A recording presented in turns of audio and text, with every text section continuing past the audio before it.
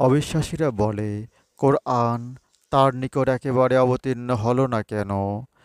আমি তোমার কাছে এভাবেই অবতীর্ণ করেছি এবং ক্রমে ক্রমে অবতারণ করেছি তোমার হৃদয়কে শক্ত ও দৃঢ় করার জন্য। ওরা তোমার নিকট কোনো সমস্যা উপস্থিত করলে আমি তোমাকে ওর সঠিক সমাধান ও সুন্দর ব্যাখ্যা দান করি। যাদের মুখে ভর দিয়ে চলা অবস্থায় একত্রিত করা হবে ও জাহান্নামের দিকে নিয়ে যাওয়া হবে, ওদেরই স্থান হবে অতি নিকৃষ্ট এবং ওরাই পথভ্রষ্ট।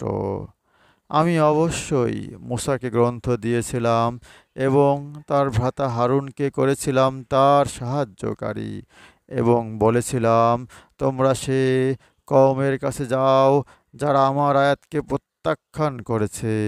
আমি সে কওমকে সমূলে ধ্বংস করেছিলাম। সূরা ফুরকান আয়াত ৩২ থেকে ৩৬। হে আল্লাহ পাক আমাদের কোরআন বুঝে পড়ার তৌফিক দান করুন। আমিন।